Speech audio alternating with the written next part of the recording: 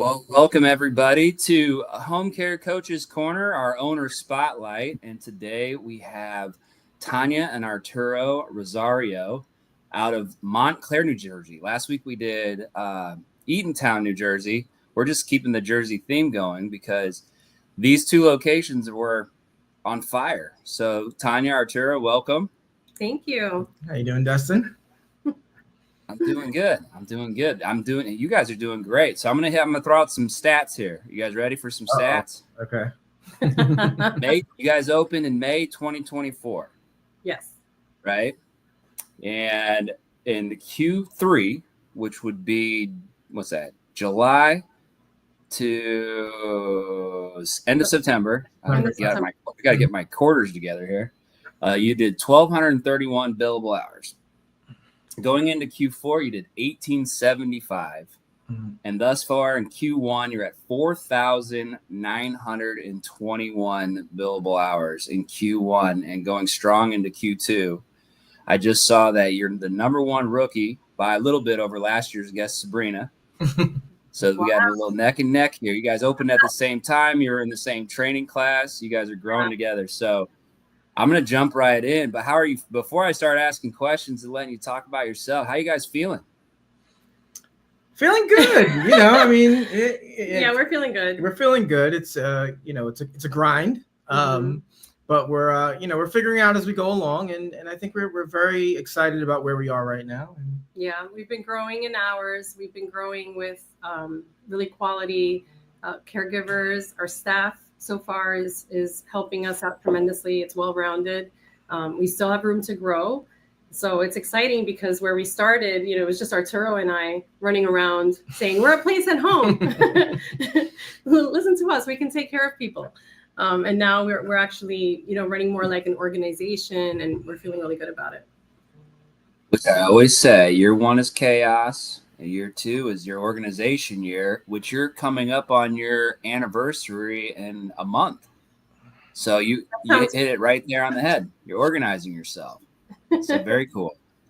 But let's go back. Let's go back to last year when you met Mitch Benson, the infamous Mitch Benson.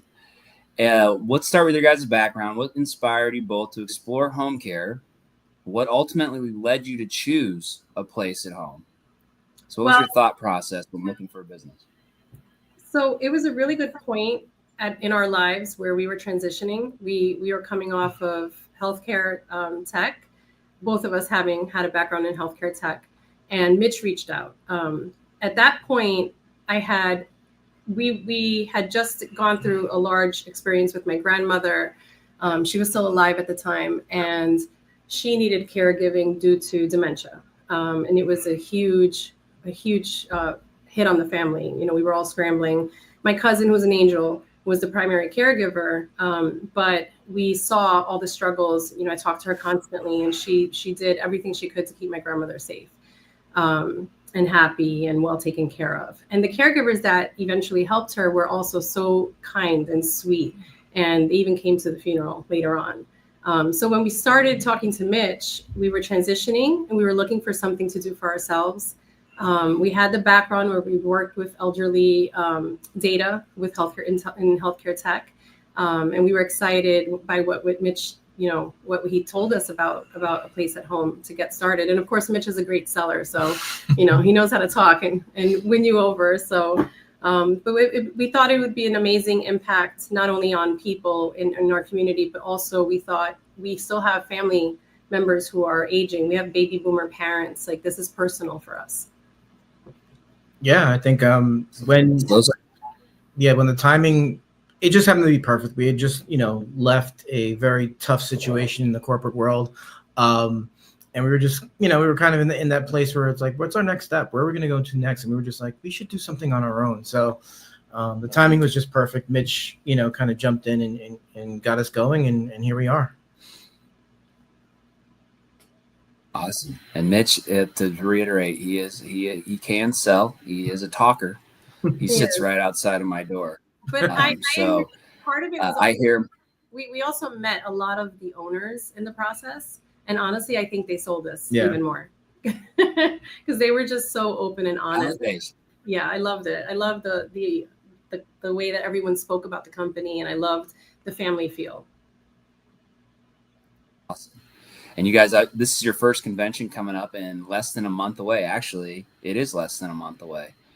So you'll get to meet a lot of those owners. We're super excited. I think we have like 80 or 90 total people coming. So that hotel is going to be jamming. I can't wait for owners like yourselves, because we took a hiatus because we moved it from fall to spring. So we got like a 6-month hiatus here. And we've brought on a lot of owners like yourself, like Sabrina, like the last training class, that haven't met anybody face to face. So I'm super, super excited about convention coming up. So yeah, we are too. Well, thank you for sharing. You know, I know you've probably had your ups, you've had your downs, but you've grown very quickly in this last year. I'd say you're above. I mean, you're above where you are. Well, actually, I wouldn't say that. I need to ask you that. Do you think you're above or below where you thought you'd be right now? Honestly, we're way above. I didn't really, especially going through the first 6 months where it was really hard and we were really trying to figure out the business and learn. We set lofty goals for us last year that, you know, we came close to hitting, but then, you know, when it came to setting the goals this year, you know, where we hit in Q1 was where we wanted to be in Q3. So we feel really good about that from a goal perspective. So now we got to, you know, maintain it, push that goalpost a little further away now. But yeah, we're excited. Can't sandbag. A few months ago, it was rough. We were going through a rough spot, and you know, we were trying to grow in every way possible. But we learned a lot in the process, and I think that implementing a lot of the changes and you know, trying to analyze what was going right, what was going wrong, really is helping us now. Yeah, you know, there's good growth and there's bad growth, right? And I know to say bad growth to me is like, it's chaotic growth where you're just every single day waking up, and I'm sure you probably experience this every single day. You're waking up, going right in and putting out fires, and it seems like it's days on end, right? And then you kind of pause for a little bit, reset yourself, and then that's the good growth where maybe you slow it down a little bit. You know, as obviously CEO and headquarters, I want you guys to grow as fast as possible. We love locations blowing up, but mentally, I know that mentally for you guys, it can be very draining and taxing, but that's the importance of, and I think you've seen us at corporate in the last, I'd say 6 to 7 months with the addition of our coaches, really push the org chart. Like, you got to bring on team members. And we're going to talk about that a little bit later too, about the team that you're starting to build out there. So what strategies do you feel have helped? I mean, you've almost, I don't have it in front of me anymore, but you almost tripled from last quarter to this quarter. Almost, right? Yeah. What strategies did you use? Was any of it luck? Was any of it skill? Like, talk about where you're getting this from. I would say do you want me to go? Yeah. I would say some of it is luck. Just getting the best time. Yeah. Just being at the right place at the right time. I also think that we've begun implementing some really good strategies. Like, we've put together some sheets to offer when we get a client calling from the hospital, for example, we'll run to the hospital. And in the process, we'll bring our pamphlets, we'll bring our information. We will look for the social worker, we'll look for the nurses, we'll talk to them, and just kind of establish ourselves as the person who's going to take on the care. And we've put together materials to help support that. So, for example, we had a 24/7 client discharged to us back in November. And from that experience, we learned it's really helpful to lay out what we're recommending up front. So we're recommending 24/7 because you're coming out of the hospital. There's no one at home to help. This is what we're laying out for the next few weeks. Yes, it's expensive. It might seem really pricey, but this is our plan going forward. After 3 to 4 weeks, we can do this, reduce in this many hours, X amount of hours. Laying out what's going on during that time and what care will look like, so that it's visual and it's something they can read and they can really understand. I think we use that with 2 or 3 clients, and it's kind of landed. It's really helped them picture what we're offering and also see the long-term plan, so that they can say, all right, this is going to be a bigger investment up front, but then I can start tailoring it, cutting it down a little bit, and then as I go forward, I can keep them and continue getting the support that I need so that I can become independent. That's awesome. I'm writing down here growth spurt takeaway to put on the chat here. But I loved what you said. Paint the picture and explain the process from hospital to home. Mm-hmm. And that's yeah, I was gonna say, sorry, just to add to that, I was gonna say one of the things that I added in there too were things like mobility, strategies, like things to support mobility. Added it in there, like these are the ways that we can support this, these are the things that we can do. And it really helped create a picture that I saw click for the few clients that I landed in that manner. And it created the relationship with the social worker in the hospital. So we've gotten calls from the hospitals now in our area, which is really hard to get into, and it's really helpful. Yeah. Just a call once in a while is a huge deal. We're like, oh, it's the hospital. Mm-hmm. But it's exciting. I mean, that's the hardest referral source. That usually takes years to develop that trust. Mm-hmm. So how did you come up with you talked about the picture, and I'm a big picture person too. How did you come up with, when you went in there the first time, you were like, all right, I got to explain this. So this is what so let me take a step back. Usually social workers, discharge planners from like post-acute and hospitals jump to like they need 100% supervision. So then naturally in their mind, they're like, wow, that's going to be really, really expensive. What home care agencies tend to falter at is they just go with that and then stop there and then go through pricing. And then the clients aren't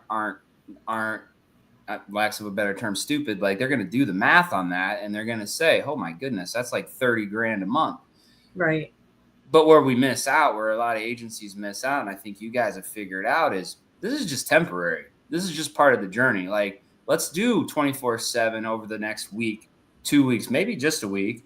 We got to learn your routine, learn where your needs are, where you're struggling at. And then week 2, 3, 4, let's cater back to fit where you're struggling the most. It's like a strengths and weaknesses type test, right? Wherever you're strong at, let's not put hours there. We don't need that.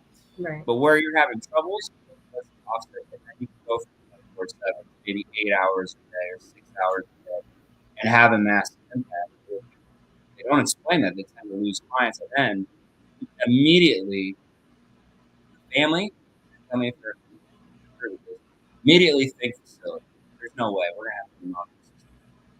That's true. Yeah, and I think part of what helped in breaking down that plan is that in the conversation, I brought up the fact that we knew PTOT was going to be the natural next step at home, right? So instead of the rehab, or even coming from a rehab, sometimes you get PTOT services, at home, but they don't provide more than a few hours of services. So painting it Exactly. in a way where you're saying, look, you're going to have these services coming in and they're going to provide an hour here, an hour there, but you're going to need hands-on care beyond that. And that's where we come in, and that's where we provide support. We can help enhance that. We can help provide additional opportunities to practice those rehab exercises.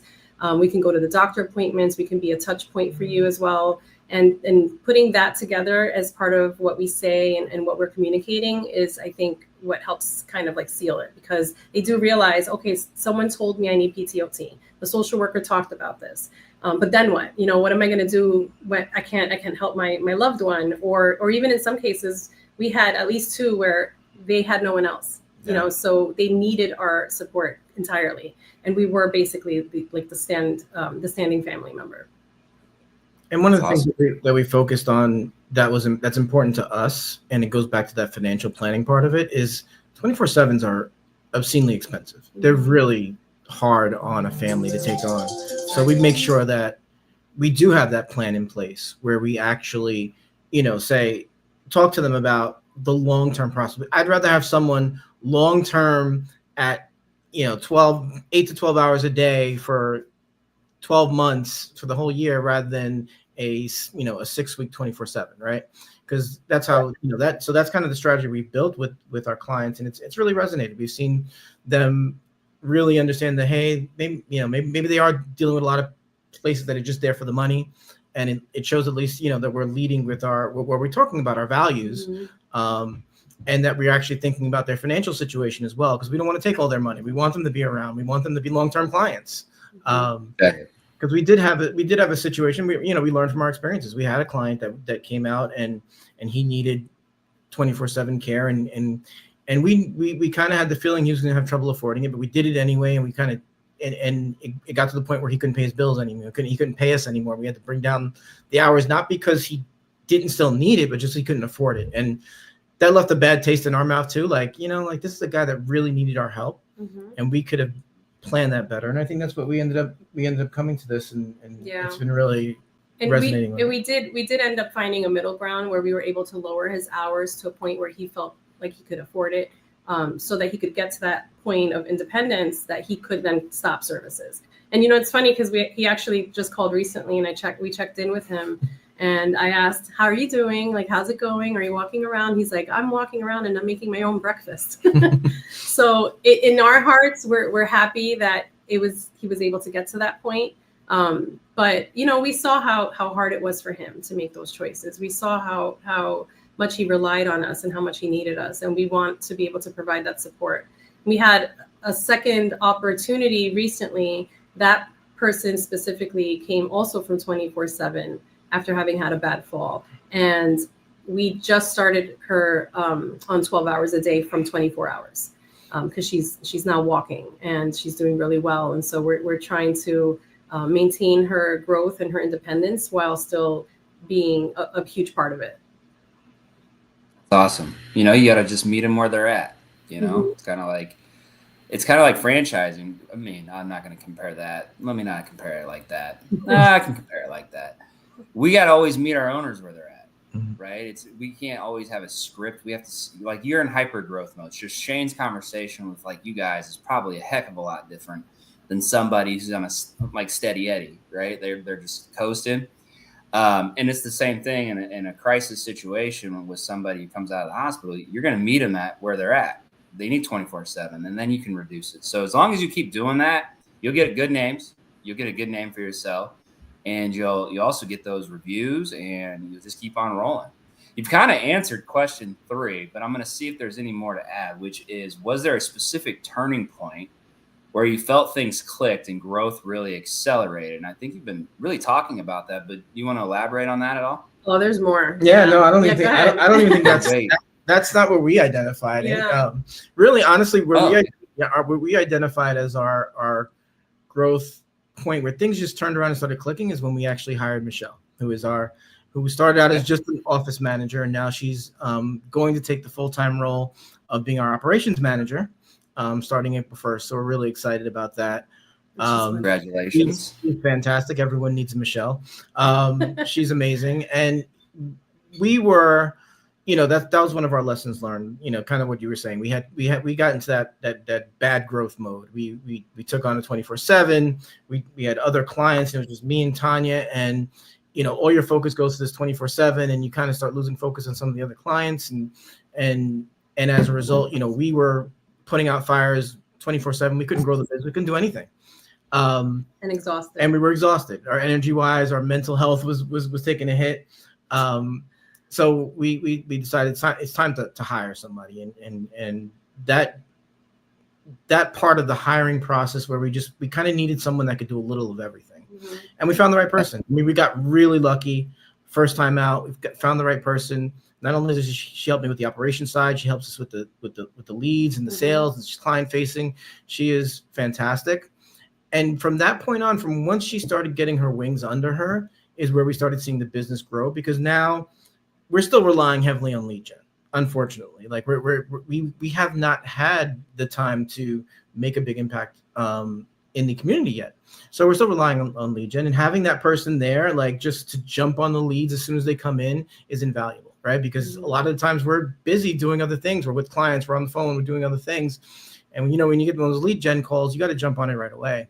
And just having that there, and then having someone else there to handle the operational side. I'm not sitting there chasing caregivers. I'm not making sure validate. So now that we were able to take a step back and make these strategic changes towards our business to grow the business. And I think the reason was that we had hired Michelle, and she just started driving us and giving ourselves the ability to kind of step away for a second and be more of that CEO level leadership, as opposed to being or as Shane would like to say, the business driving us, we started driving the business a little bit. Yeah. And also I would add to that at around the same time as Michelle came on, one of my best caregivers who always showed this extra loyalty, extra umph for the job. Like she would say, Tanya, I have a referral for you. I have a caregiver. I think she's going to be good. So should I send your information? When she was talking to clients, she would often say, I noticed that you're struggling with this. It would really benefit you to take on extra hours. Why don't you talk to Tanya about that? And she would do that all the time. And it really started to stand out, and I started taking her with me to visit places. And she helped me in some of the visits actually get a client, like that first 24/7 client that we got was mainly because of her talking to the client at the bedside in the hospital, explaining to him, in addition to what I was saying, what he would experience, what kind of help he would get. So she took on like a kind of like a part-time role helping me when she wasn't doing caregiving. And that started opening my eyes to how I could use her and also how great she was on the field. So we started really poking at that a little bit more. It gave me more chances to get into places. And now we're using her as a field, like out in the field to help keep extra eyes on our clients and help us out with caregiver, anything that comes up. So that way we're not always the first people running out to someone's house. Sure. No, and that's a great thing to do. Honestly, there's the saying there's power in numbers, right? As a newer agency, less than a year old, you and Arturo going out with Michelle and Michelle going out with you, you're starting to validate to the community too that you are an organization, that you're no longer that new agency. You have clout, and so now you're starting to build that clout. And I can't wait for next year. Shane's going to be joining us soon. I'm going to ask him what your goals are for next year. So it's test time. And he also just put on a little quote here: Michelle is a rock star. So he must have met her as well. So I think we sing her praises during every single phone call. We're always like, Michelle, Michelle, Michelle. Yeah. So her ears must be ringing. Awesome. Is she in the office? I gotta say, I've never met her. She works remotely. Yeah, but she's around. Yeah. And it's a great story. She works. We hired her to work remotely because she is a single mother that has an autistic son. So she already has a caregiving background with that, and she worked in healthcare before, so she understands the business very well. So when we brought her on remotely just to kind of do the office work, it was fantastic. But when we talking to Shane and our level of growth where we are, he was like, you guys got to hire an operations manager. So we went to her first and we said, look, we want to hire an operations manager. But we don't want it to mess up the team chemistry. We don't want it to mess up with you. We'd love it to be you, but you have to be here. And she made the decision to move. So she's going to come move to our location. She was in Philadelphia. She's going to move to come work here and take on the full-time role. So it's really awesome that, that not only that we have her, but she believes in us so much. She's willing to uplift her life to come to work with us and continue this, and it's been a blessing. Yeah. Awesome. Is that the office phone or is that your personal cell phone? That's our kid alarms. Those are our children. Oh. Yeah. Don't forget your child. That's time to pick up your son. No, so he's busting it today, so we're good. We're fine. And with the grandparents. Oh. Well, I was gonna say, if it's your office phone, man, you gotta. That's the home care. That's when you know you're busy, when it rings every 20 minutes. So awesome. All right. Let's move on. I'm going to shift it a little bit about the husband-wife dynamic. You guys ready? Working together as a couple is unique. We have a lot of owners who are husband and wives. We actually just did one last week with Sabrina and Issa. How do you divide responsibilities, and what strengths do you feel you guys each brought to the table? And did you know? And then I'm gonna add a little bit more. Are your strengths and weaknesses today the same as where you thought you were in the beginning? Were you spot on? I think so. All right. Let's talk about it. Sometimes you learn. Sometimes it's different. Yeah. Okay, let's talk about it. I think so. We've actually worked together for now 6 years, right? Before this, 2019. We've worked together in different companies, so we've actually have done this before. So we knew we could do it. So that because as far as just our personal relationship, we're able to talk professionally to one another. We're able to give each other feedback. And while we may want to, get into it right there with each other. We know to take a step back and take a deep breath, and we know how that responds with both of us. So that from that perspective, it's always been good. But we complement each other very well. What she's exceptional at are my weaknesses, and sometimes vice versa. So, that's why when we came into this, we knew that, like, from the operation side, that's my bread and butter, right? I can do that all day. That's my strength. That's where I can provide the most value. On her side, it's her personality, her ability to sell, her ability to talk to clients, her empathy, which really is like a superpower for her. And it's hard to teach. And it's funny that we say Michelle has a similar vibe. I call it empathetic energy that they have. It's great.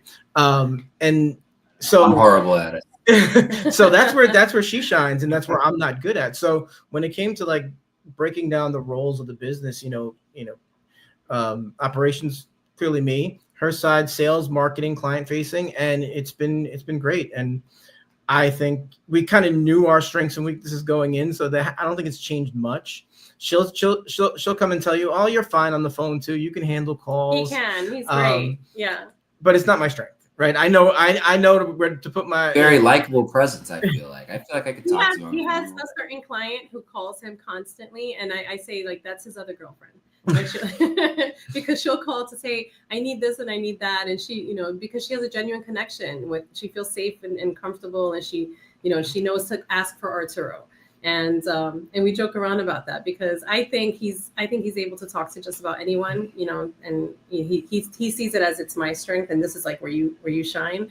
But sometimes, when he'll step in when I'm tired, or if I'm not having, I'm not up for it. And we complement each other in that way. That doesn't mean that we don't, like, secretly threaten to choke each other on the side. Like, of course, there's moments where I'm like, I think every married couple does that. Yeah, but then we're good at that, I guess, because we practiced for so long before we started this. So, there's like work time, and then we transition. Where we do differ, though, is our energy spurts. Yeah. I know why you're laughing. Yeah, you know where I'm laughing. My energy spurt is around like 10 p.m. every night. And I'm like, okay. And I'll turn to him and say, Arturo, so I have this idea about what we should do, blah, blah, blah, blah. And then he's like, Tanya, I can't. I've already shut off. I'm done. I'm going to bed. In the morning, he's like an energy, he's got the batteries in his back, and he's running around all over the place. And I'm like, oh, don't talk to me. I need coffee. Yeah. So we got to learn to leverage that better, because she'll come to me and I'm already in bed, and she'll come through this great idea. I'm like, oh my God, you can't. He just like, laughs right at now. me. No, I'm half asleep. But we got to start leveraging that a little bit better. I write it down and I leave it in a note for him now. That's what you do. You say, I love that thought. Let's write that down and address it tomorrow. Awesome, guys. Going on to challenges. So using your guys' strengths and weaknesses in there. Every business has a challenge. I guess what's in the first year, there's a lot of different challenges, but what's one obstacle you faced, and how did you guys work through it? What was your biggest obstacle, do you feel? Caregivers, hiring caregivers, right? I would say, and quality. Right. Recognizing that we needed to invest in hiring quality caregivers. And I don't mean that we didn't know that already, but I just mean in the first few months, you kind of just are running, you're trying to roll the dice. Yeah. And you're also getting to know, you interview someone, but then you also have to get to know how they are with the families. And sometimes people present one way, but when they're out on the field, they're a little bit different. And getting feedback, that really made a difference for us, so we're really, really focused on making sure all of our caregivers are quality, because in the beginning, I think we kind of like hired quickly. In the beginning, I used to joke around that Arturo was broken very quickly, because he went into the first few interviews like, let's talk about the, very, very corporate, which is what he was used to. And then I remember a few weeks later, he was like, do you have a license? I think everyone goes in that spot. Yeah. We went through that. It was very different, right? I was used to a different interviewing style, and then, you know, we had some demand early on that we just had to fill, and we were hiring bodies at times, and we learned quickly how that backfires on you when you know, you have caregivers that you know, that and it's no fault of their own. A lot of times, you know, there are caregivers that are very experienced that have done this for years, and they really know how to kind of show their value. And then you have some that, you know, are good caregivers, but their personality isn't very outgoing. And they struggle sometimes finding their worth unless they're with a client that's, you know, that also doesn't want to be bothered. So we learned quickly like the value of how the caregivers represent us. They're the face of our organization. In the end, they're what the client sees. Yeah. And if you're not putting quality in front of the client, that's gonna reflect poorly on you. And I think, you know, that first month or so where we didn't have the tools in place, and, you know, it was just so time consuming going through resumes and people no showing. But then we you know, we got the right tool in place with Hello Hire, and then we got into a groove of hiring, and then we started being able to identify, you know, good caregivers from interviews, as opposed in the past where we were just kind of, you know, going through. But that comes with experience, right? You don't know off the bat unless you've been in the business for a while to identify the good and the bad. And I think personality matching is now it's something we definitely talk about a lot more. Now we're like, okay, so-and-so would be great, but this person needs someone who's going to be engaging, someone who's going to talk to them and comfort them. So let's look at who we have that kind of matches that. Oh, this person really just needs someone at nighttime. We want to make sure they're safe, but they don't really need the engagement as much. This other person is a great fit because, you know, they're looking for nighttime. They're quieter, you know. So we look at all of those things now. And even I would say as important as little things that like, does this caregiver like dogs, like cats, smoking, non-smoking, like just finding out all those little details and making sure you know it before you send someone out makes a difference, because that first meeting is so important, but then also their satisfaction and continual, you know, support, the way that they're engaging with the client is really important. 100%. You know, that's where a lot of people make mistakes too, is they don't fact find their clients. It's almost like you do like a mini assessment of your caregiver too. Because the worst thing you can do is send a caregiver to their first shift and them being allergic to dogs, and they walk into a house with 2 dogs. Yeah. I mean, instantly you're yeah. To do that? I used to a cat. And we're animal lovers in our house. So for us, you know, it's like we really didn't think about it, but it happened to us one time. Our poor caregiver was terrified, and we had to quickly pivot and say, okay, we have to respect her feelings because this is important. She has valid reasons for this. But we also need to find someone to come in and do this. The other thing I would add to that is we started strategizing around the type of needs the client has. So even Michelle does it now. For example, if we have someone calling in and they say, my parent has dementia, then we start kind of tailoring the questions to be more dementia specific to figure out what strategies we can implement. And when we're hiring, what she does now too is that she'll ask the caregiver, like, give me an example. I see you have dementia experience here. Give me an example of how you would handle this situation. You know, like situational type of questions. And, you know, she'll tell us, like, this person gave us a great answer. I loved what she said, you know, talked about engaging, you know, them through games and activities, or talked about redirection, you know, or a therapeutic lie, you know, like those types of things that are really important to try to see if your caregiver knows, so that you can figure out later on where they have to grow, but also if they're going to be a good match for your client. 100%. Well, thank you. You guys ready to go to? We got Shane coming on here soon. I don't see him in my waiting room though, so I know he's listening because he's making comments. But we got your Q1 growth. I mean, it's really good. I love the Q1. Q2, I'm going to tell you, historically, it's always better than Q1. Q2 is usually our biggest quarter. You guys ready for that one? Oh, we're excited. We're excited. Let's see. We kind of talked about some referral sources, but what referral sources and marketing tactics have been the most impactful for you? Oh, that's a tricky one, right? I hate to say lead gen initially to get us running, right? To get us going was definitely the big one. Yeah. But ironically, some of our more recent ones have been word of mouth.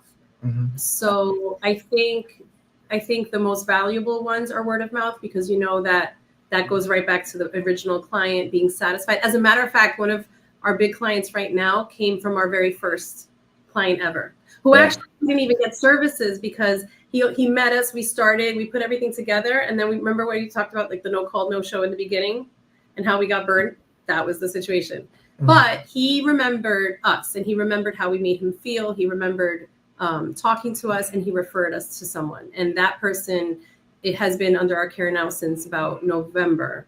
She's the one that went from 24 to 12 hours now.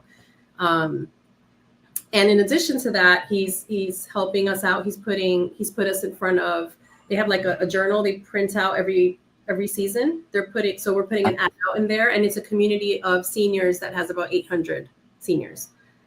So we're hoping that's going to be really huge. But yeah, it's been word of mouth more than anything else lately, and I hope it keeps up. And of course the hospital. And the hospitals. Yeah. But even that, even that one is something we have not had the time to continue going back to. And I think that's one of the strategies we really want to focus on Q2, is really getting out there and focusing on our referral sources in ways we haven't in the past.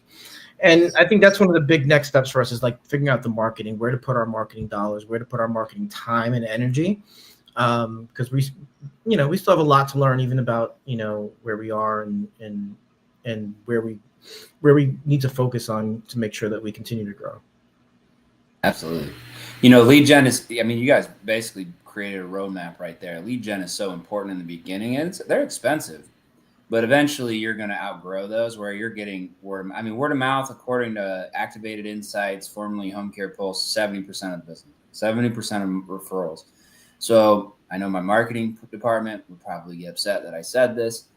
However, boots on the ground marketing is far more valuable than putting in a bunch of money into not just paid leads, but into like digital advertisement. Everyone needs SEO. You need your website, 100%. Web leads are one of the best. Like going to like those lead gen, and I'm not going to name them because we have partners, so I don't want to bash them, but they are good, but they're 10 to 12% close rates. Mm-hmm. Right? So 1 out of 10 you probably might actually talk to. Web leads, last I looked, we had about a 70% close rate on web leads. So there is value in putting money to drive leads to your web, because they get to read about you, they get to see your story. We put videos on your webs. But now you guys are in a different phase where you can put money into that, but do some content writing. Talk about your experiences like we're doing today, and put that on your blog. Every owner, I don't know if you guys know this, and you should, every owner has access to do a blog on their page. Mm-hmm. And you guys are in that spot now where now you can start sharing your experiences. Like, just think if you put that into a blog, Tanya, about how you helped a client where you met them and you created a journey and a pathway, and you developed this plan at home and different care techniques for mobility and all this, and you write a blog about that story. The storytelling is so important. And now your word of mouth starts going to your website, and you start building content. You guys get a lot of reviews. I see you on reviews. How many reviews do you have? No, we're terrible. Are you? No, we're East and Sabrina are killing it. I think they're the ones, because they're in New Jersey too. That's one of the things when we highlighted like our Q2 like major things we need to focus on is going to be getting reviews. We're just not good at asking for them, and that's one of the biggest things that we have to get better at in the short term, because we know that right there. Yeah, exactly. You just looked, right?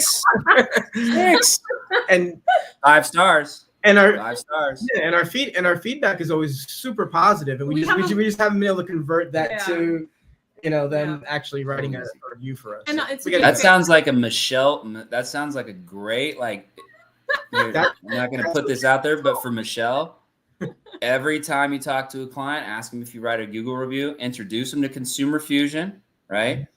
It's an easy link to go and do. And tell her, if you get 20 5-star reviews written, and I'm going to set a goal for her, 25 5-star reviews written in the month of April, Arturo will buy you lunch. There it is. You know, and to Well, I'm going to shift. To be fair, I think we've had a tremendous amount of experiences in the past few months, including having lost clients who eventually passed, right? I think they would have given us 5 stars too. Maybe there's a strategy here, but it's unfortunate that we were just so focused on their care, making sure they were okay. So putting my head up above that to say, okay, we should ask, family members, or if they're by family members. Yeah. They probably still have an active email address, and if they have a Gmail, they could write it still. Yeah. So, but train the families how to do that. Get legitimate reviews, but start asking every person. I used to do this, and I think I've shared this story numerous times. I used to be and Danny can attest. I used to go around to the office, and then they'd be on the phone with a client, and I would be in their ear saying, will they write us a review, or will they give us all 10s if they were to get surveyed tomorrow? I used to print, get a label maker. Yeah, I'm gonna give you get a label maker. You know how you have a little space on your on your desktops? I see it right back there. That little space, label maker. Please give us a 5-star review on Google and put the link on that label maker. Put it right there, and they can read it right off to them. Oh, so out of sight, out of mind. I like the strategy. Creative. Well, we're gonna shift over. I brought Shane on here, your coach, and we're gonna talk about HQ headquarters and how Shane has played a role in your guys' growth. So let's talk about it. How has your relationship with the corporate team here thus far helped you navigate in the early months? And what does that look like today? So beginning with Danny, middle, you're starting to get going, and then today with Shane. How's that journey been? Can you describe that? Yeah, it's been great. And actually Jennifer was a part of it in the beginning. So when we first graduated, Jennifer took us on, and we were with her for a few months, and then Shane came on, and it's been wonderful. I mean, to be honest with you, you guys have always provided a ton of support. I happen to love these weekly videos, and I love the weekly emails that you put out where you're giving the short clips on how everyone's doing. I think the community being so supportive of each other and having that, we're like a family where we support each other, and there's always someone you can ask for advice. And if you don't know what to do, you can reach out. I think that's incredibly supportive. And I always feel like you're not too far away, Dustin. You're right there if needed. So that's always nice to know. Danny always responds. Mitch, I'm sure he probably needs more emails and text messages from us so that we can bother him a little bit more. You should. And Shane has been wonderful ever since we started. Let's see, he came on for us around August, September-ish. And, we were able to ask about the organizational growth questions. Now that we're in this middle point, we're not sure which way to go. It helps to have someone that can guide us in the right direction, and to be able to answer questions for us. Who's been there? Yeah, I think even from the very beginning, you guys have always been very hands-on, and that was part of the reason why we felt very comfortable, joining and opening this franchise. You've done a great job of creating a family type culture where everyone, and I mean everyone, pitches in ideas. Everyone's always trying to be very helpful, and that starts with the culture you guys started at HQ. So I think that's a big part of it. Our coaches have been tremendous, from Jennifer helping us out at the beginning to Shane kind of bringing us along and kind of guiding us through these periods of growth and giving us the wisdom and that guidance that he's done before, because he's done it before. Stopping me from having mental breakdowns. Yeah, stopping us from having some mental breakdowns and just letting us know there are times like hyper growth is great, but sometimes you have to press pause and you have to stop and reevaluate where you are.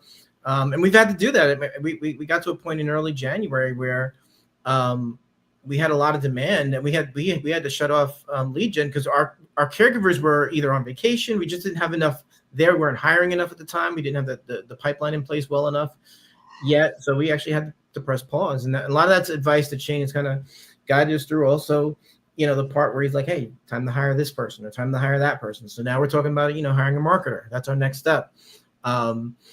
because that's going to be a big part of now that we have, operations manager in place and we have a field coordinator doing that part-time, and we want to give her a little bit more to go with that. So I think we would not be where we are without your help, the help and guidance of the team that you guys provide. So, and even really recently, Brianne. Yeah, Brianne. Am I saying her name right? Brianna. Yeah. Brianne.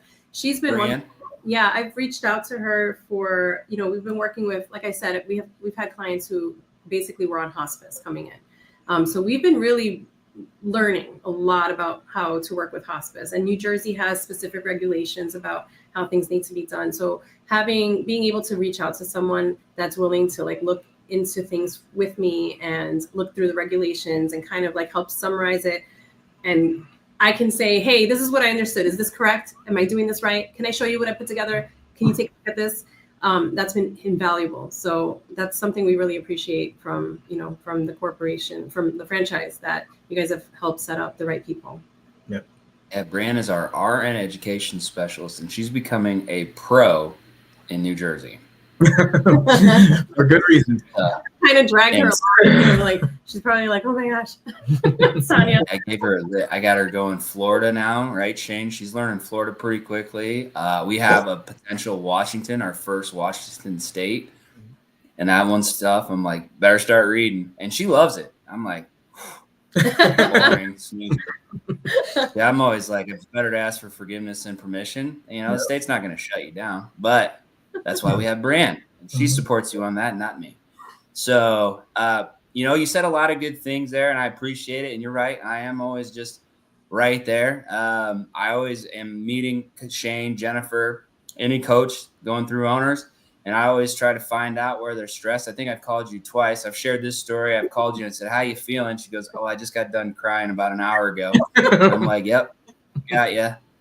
Let's bring you back up.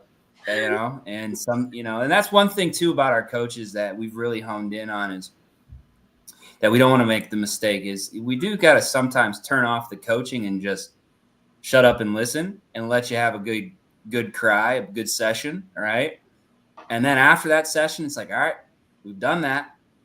Let's move on. Right. And then how are we going to fix it? You know what I mean? And so I think that we've been doing that with a lot of owners lately in hyper growth mode. It's like, all right, you need to hire someone. And as I've said, over the last 6 months, me and Shane and Jennifer have really been pushing that org chart, saying you can't wait. I mean, even Fatima in Ohio would attest, she waited way too long to bring on somebody. And now I think she's hired 4 or 5 people in 2 months in the office. That's how behind she was. Yeah, 4. And I know she's looking at 2 more. Yeah. That's wonderful. So, yeah. So listen to Shane. He knows what he's doing. Shane, I want to go over to you, my friend. How have you seen this relate? You've been with him for a long 6 months now? Is it 6? 6 months? 7 months. 7 months. How have you seen them grow from when you first started to today? When I came on in August and started working with them in September, my first site visit, it was a deer in the headlights, not knowing what do I do next, and I had to almost take, and I think I did. I actually just kind of sat back and took it all in, because I was like, they have no idea what to do,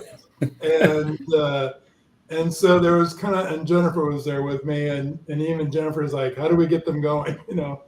So, and they were going in a million different directions, chasing the phone, chasing this, chasing that. And I think, in that very initial site visit, it wasn't my place to say, hey, let's put some reins on this, put direction in this, because they're going to have to find their own rhythm. And all I can do is give them some coaching on, do more of this, less of that. It's going to start coming. I think the biggest thing that I saw turn is, which organically happened for the hospital lead. And when they had a client that went in the hospital, and they were able to go in and work with this hospital and build it as a referral network, it just happened organically. And that was the diamond in the rough. That's what really started to turn some things.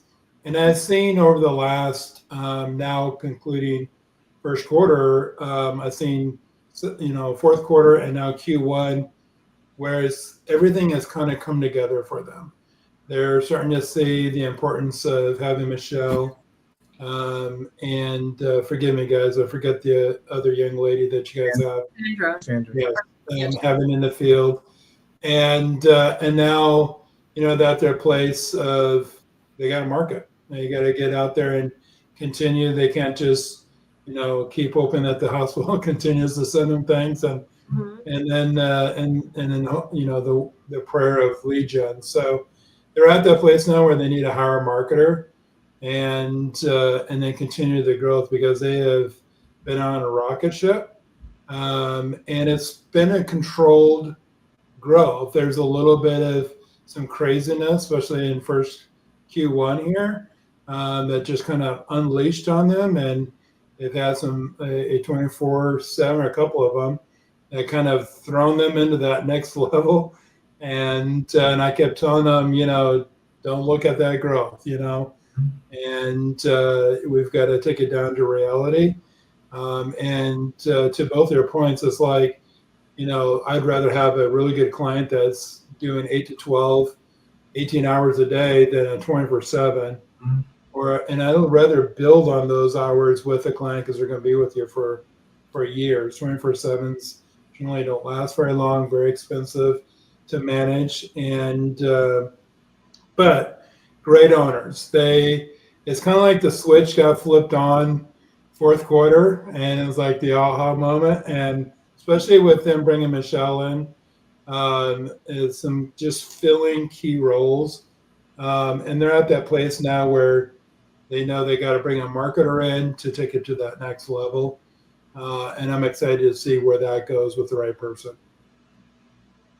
And we're going to need help because we don't know what that right person looks like. But I definitely agree with everything Shane said. I feel like we were deer in headlights. We were constantly running around. The business was running us, but now we have more clarity. And I think seeing how much of a difference it makes to have someone helping and then being able to step away and grow in other ways. Now we're just learning how to manage it all, put it together, make sure that we maintain the quality while setting new goals for growth. And we had 3 24/7s and a live-in at one point. Yeah. But even that in itself we thought was a huge win because we feel like we successfully were managing the 3 to 4 cases while not necessarily losing sleep. I think it was 3 because our first quarter in September, October, when we had the 24/7, I'm not kidding you when I say that my phone was ringing at 5 a.m. I was jumping out of bed and I was running to the car and running, it was 11 p.m., 12 p.m. and we had shifts changing at different hours. And we learned from that. We were like, okay, we need more structure around how this is going to work for us so that we can have some sanity in our lives. And then implementing that and some of the other things that we've learned has made such a huge difference. So yeah, Shane, we definitely need to keep growing, but we, Yeah. And it's great to see the structure you guys are put in because you now have gone from, fire mode to now fire inspector. Like you're predicting the next thing to happen and starting to build more and more of those infrastructures in place. Now we just need reviews. Yeah. I agree. That's our weak point right now. We need to work on that. Well, I want to go over. We have about 5-6 minutes left. We have a couple questions here. I want to touch one real quick, but my thing froze. Just a real quick. You kind of went through a lot of this, but what specific tools and resources and support systems did the franchisor would say made the biggest difference for your growth? Is it maybe a tool? Okay. What's your favorite tool? You're asking the wrong group because we come from technology, so we have a very high bar for quality. I was going to say, who walked into that one? Healthcare are just terrible. It's just across the board. But that being said, I think I would say our best favorite? The tool that helped us the most when we needed the most was Hello Hire. Hello Hire. We brought in Hello Hire. That kind of it really streamlined the hiring process for us, because I was spending so much time on Indeed and Employ and following up with phone calls, and you'd spend 2 hours on phone calls setting up interviews, and you'd set up 20 interviews and 2 people show up, and you're just like, that is so much time wasted right there that I could have been spending on other things that are so much more important, right? So when we brought that in house, and when that was presented, I think Jennifer brought that to us. That was the one that really kind of helped streamline our hiring process and gave us back a lot of time. And gave me sanity time back. Because now we just, we set our time blocks, and Michelle just shows up, and there's X amount of people there to interview. She just interviews them. Then we move on to the hiring process, and we've been able to now have a pipeline of caregivers coming in, on a consistent basis. So that's been really great. But awesome.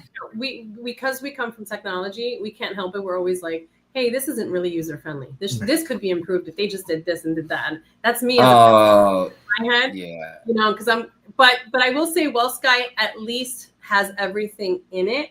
Like WellSky is the tool that has all the information. It's just a matter of navigating it, and that takes a lot of learning and time spent.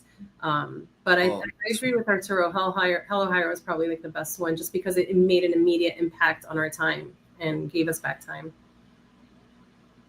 Well, I got some news for you. We could have another technology come in the form of a CRM. We're excited to hear about that. We're definitely excited to hear about that. Yes. Because that has been my biggest complaint, and I love WellSky. I'm committed, right? I'm not gonna bash them because we use them as a system, and I think you trade switching systems. You switch one headache for another headache with a different system in this, right?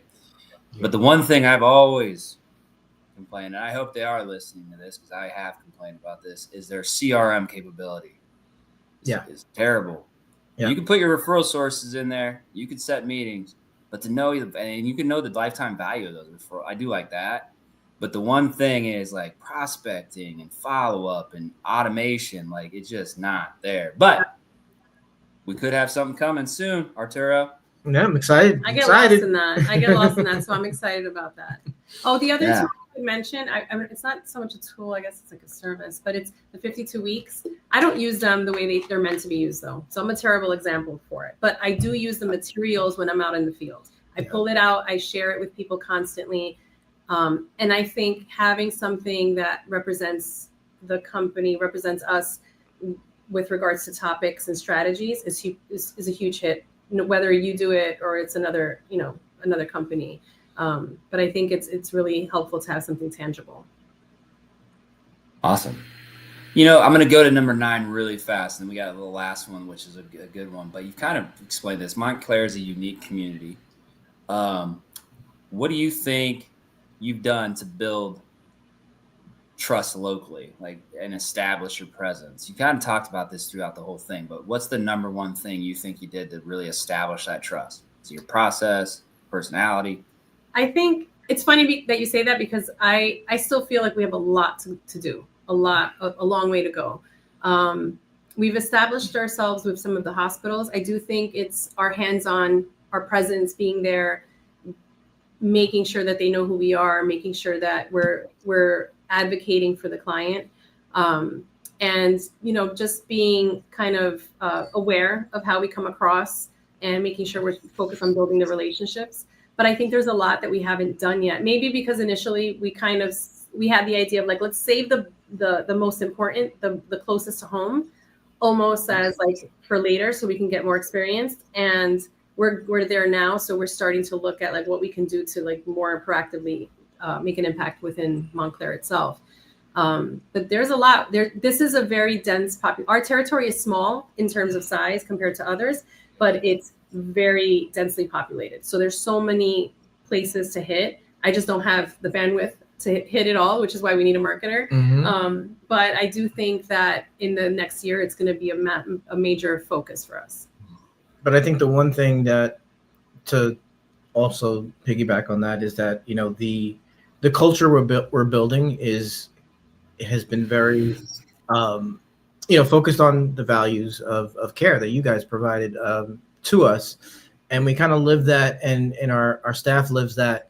And it really resonates not only with the clients, because we go the extra mile for our clients, sometimes to our own detriment. But we feel it's more important to make sure that their service, they're safe. We make bad business decisions, like we'll Uber our caregivers to make sure that client's covered, and we'll Uber them 5 days a week if we have to. We're losing money on margins, but that you're gonna make Dustin twitch. But that client is served, and perfect examples is that client's going to add extra hours now. That caregiver is now going to CNA training. And we feel like it's not only coming from the clients themselves, it's also from the caregivers. The caregivers love working for us. They always sing our praises. They always come back to us, even when we don't have hours for them and they go work somewhere else. They always come back. They'll call us and say they're always referring their friends to us and their colleagues, and that's because there are times where we've been a little soft and accepted a little too much. But also we've grown with some of them too, who's, and they appreciate it, and they really do. And, we've had some good success stories of caregivers that turned around because we just kind of finally met them. Like you say, you meet them where they are. You find out what they're struggling with. We found out sometimes they're struggling. Yeah. Too. One of our caregivers had an autistic son, and she would just kind of disappear off the face of the earth, and we'd get really frustrated, but we didn't know that. We didn't know the reason why, and she was really struggling with it. So we met her where she was, and now she's a star. She's great, and as long as we keep that communication, we've noticed that that they'll go the extra mile for us too, and it's really been it's been great. And I think that's how we want to maintain. We want to stay. Yeah. As we grow, we want to scale, and it's obviously difficult to scale that personal touch, but we want to instill it as much as possible within the culture that we're building, so that we're always. They know that it's kind of like a family, that we are going to build in some balance, and they can talk to us and tell us if something's going on, and we're not going to just shut the door on their faces. Awesome. That's awesome, guys. Communication is key for anything, client and caregiver, for sure. So much is missed just due to that. All right, we're going to close out here. Actually, I got two things. But first, for other new franchisees just starting out, what's the one piece of you, or someone looking into this business who's in your boy Mitch's pipeline, what's the one piece of advice you give based on your journey so far? We'll start with Tanya. I would hire sooner. Hire office staff? Office staff, someone maybe 20 hours a week, starting off, someone part-time, but someone who can help you get your feet on the ground running, so that you can have someone focused maybe on hiring while you're also working on developing relationships out in the field. Because getting out in the field is the most important part. And that's where we were struggling a lot, since we were so caught up with the little, just in the weeds.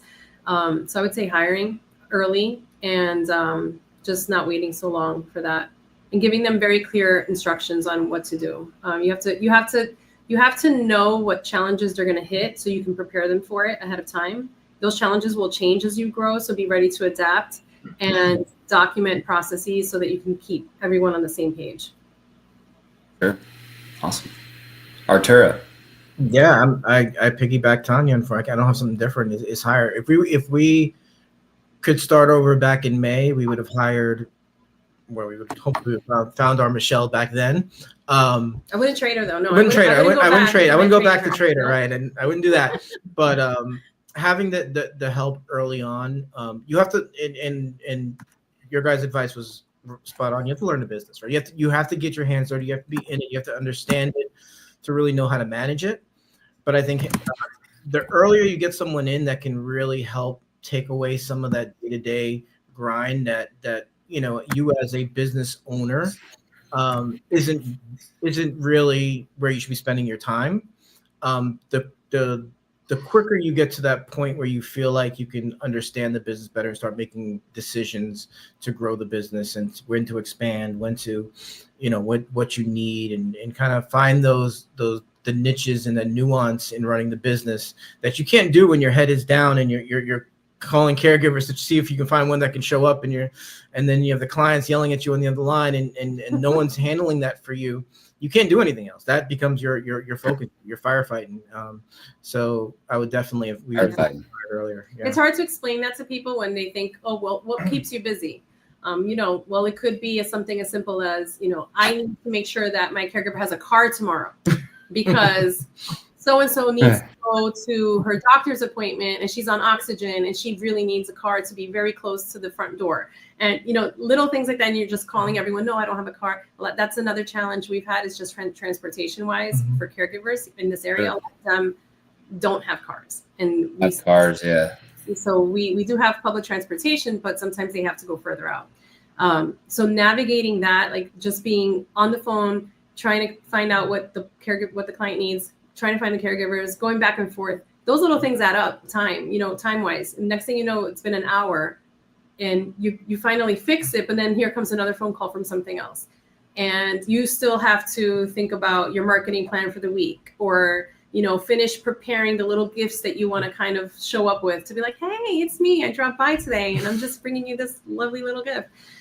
If you don't have the time or if you don't have someone else there to help you navigate those things, caregivers changing schedules, they do it all the time. Oh, I said I could work tomorrow from, 12 to 8, but actually I'm only available for 3 hours or I'm not going to be available at all. Someone else taking on those little calls and those little tasks helps clean the slate for you so that you have the room and space to be and the energy because you have to have the energy to do those things. Otherwise, time. You have to write notes. You have to make sure someone's thinking about client notes, updating WellSky, making sure that you're doing all the little things that are part of what we are required to do. Awesome. So hire in the office. You guys are going right with our message. This isn't even paid advertising, Shane. Great. This is great.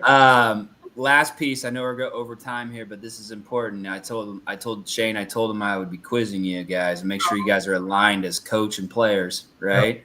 What is the revenue goal for Montclair this year, 2025? I'm gonna let you answer because I know it, but because there's the goal, and then there's the goal that he had in his head.